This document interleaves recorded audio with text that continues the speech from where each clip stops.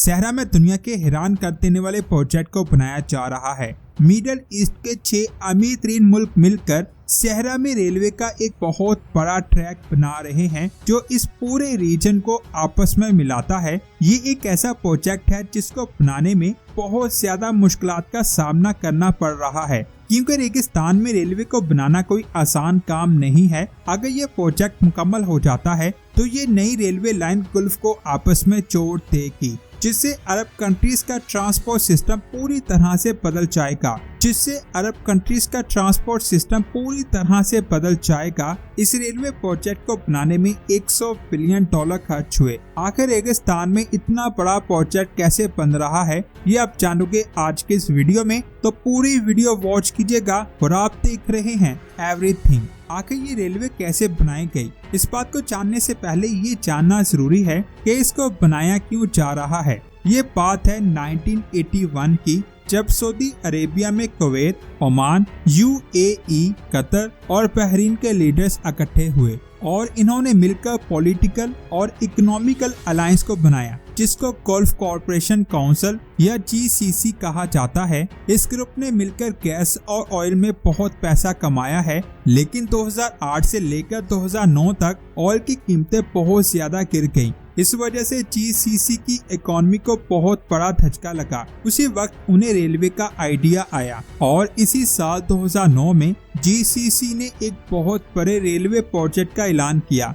जिसको 6 मुल्कों ने मिलकर बनाना था। इस प्रोजेक्ट पर जितना भी खर्चा आना था वो सब मुल्कों में तकसीम किया जाना था। उस वक्त इसकी कॉस्ट $100 बिलियन से लेकर $250 बिलियन तक बताई गई। इससे पहले सबसे महंगा प्रोजेक्ट सऊदी अरेबिया में मेट्रो प्रोजेक्ट और इत्तेहाद रेलवेज हैं, जिसको बनाने पर $11 बिलियन लगे थे। ये 1200 किलोमीटर तक फैली हुई मुसाफिर ट्रेन है। ये ओमान के गल्फ से लेकर पर्शियन गल्फ तक जाती है। इस मुल्क का पहला रेलवे प्रोजेक्ट 2 स्टेजेस में बनाया गया। पहली स्टेज 2016 में मुकम्मल हुई थी, जो अबू धाबी में हबशन से लेकर रुवैस तक 264 किलोमीटर लंबी थी। इस प्रोजेक्ट पर काम करना बहुत ज्यादा मुश्किल था, क्योंकि डिजर्ट के एनवायरनमेंट में काम करना बहुत ज्यादा मुश्किल होता है और रेगिस्तान में गर्मी बहुत ज्यादा होती है, जिसकी वजह से यहाँ का टेम्परेचर 48 डिग्री तक पहुँच जाता है। इसीलिए कंस्ट्रक्शन का काम रात के वक्त किया जाता था, क्योंकि रात के वक्त टेम्परेचर 30 डिग्री होता है। टेम्परेचर के अलावा यहाँ रेत भी एक मसला थी,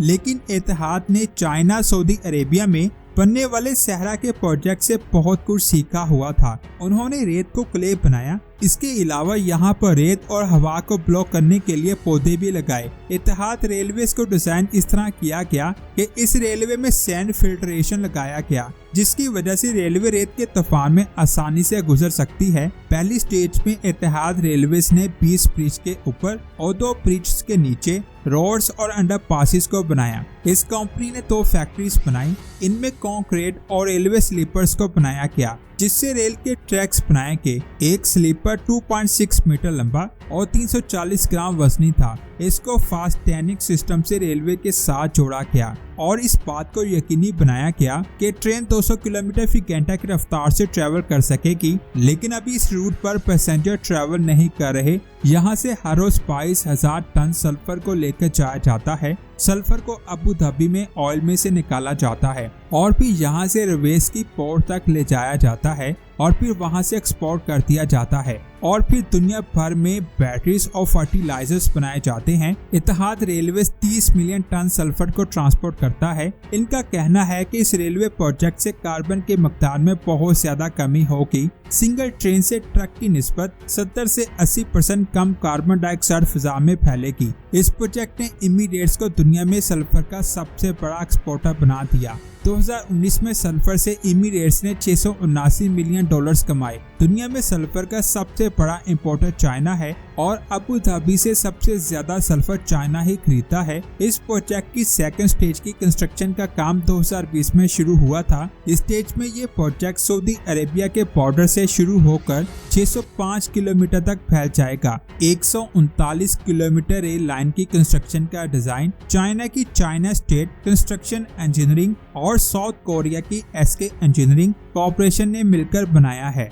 जिसकी कॉस्ट $408 मिलियन है। जब यह प्रोजेक्ट मुकम्मल हो जाएगा तो ये मुल्क की बड़ी बड़ी इंडस्ट्रियल पोर्ट्स और ट्रेडिंग सेंटर को आपस में जोड़ देगा और फिर यहाँ से हर साल 50 मिलियन टन सामान को ट्रांसपोर्ट किया जाएगा। हालांकि इत्तेहाद रेलवे नेटवर्क पर बहुत सारा काम हो चुका है, फिर भी जीसीसी प्रोजेक्ट पर प्लान के मुताबिक काम नहीं हो रहा क्योंकि इस ऑर्गेनाइजेशन में कतर का ब्लॉक कर दिया गया है, जिससे रेल के प्रोजेक्ट पर सवाल खड़ा हो चुका है। इसके अलावा कोरोना और ऑयल प्राइसेस ने इस प्रोजेक्ट पर बहुत बुरा असर डाला है। इस वजह से प्रोजेक्ट के मुकम्मल होने की डेट भी आगे चली गई है। इत्तेहाद ने अभी तक ये नहीं बताया कि वो इस प्रोजेक्ट को पब्लिक के लिए कब खोलेंगे, लेकिन ये जब भी खोला जाएगा तो कार्स लवर्स के लिए बहुत ज्यादा मुश्किल होगी। 2020 में यूएई में सर्वे किया गया, जिससे पता चला कि 83% लोग कार्स पर डिपेंडेंट हैं और सिर्फ 13% लोग पब्लिक ट्रांसपोर्ट से सफर करते हैं।